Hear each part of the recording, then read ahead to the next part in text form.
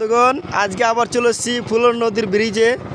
আমি জল কিভাবে হয় আমরা এসেছি অনেকেই, আমার তিনটা আত্মীয়র মধ্যে পড়ে। এটা হচ্ছে আমার কাকা, এটা হচ্ছে আমার দাদা, এটা হচ্ছে আমার কাকা। যাই হোক আমি আমি ফুলর নদীর যে জল কিভাবে স্রোত এর আগে বইছিল, আজকে দেখছি খুব স্লো ইমোশনে চলছে আর কি।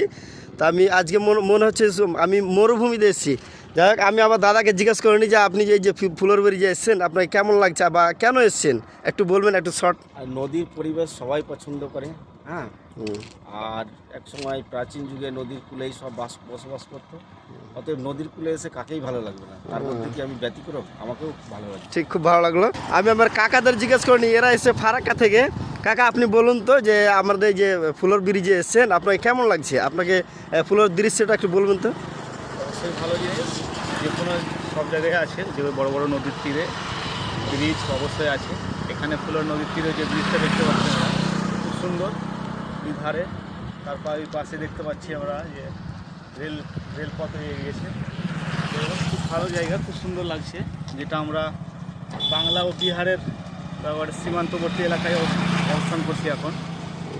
খুব ভালো লাগছে তাহলে না। আমি আমার আরও একটা কাকা এসেছেন, আমি ওনাকে কিছু জিজ্ঞেস করিনি, আপনাকে কেমন লাগছে একটু বলবেন আমাদের ব্রিজ সম্বন্ধে।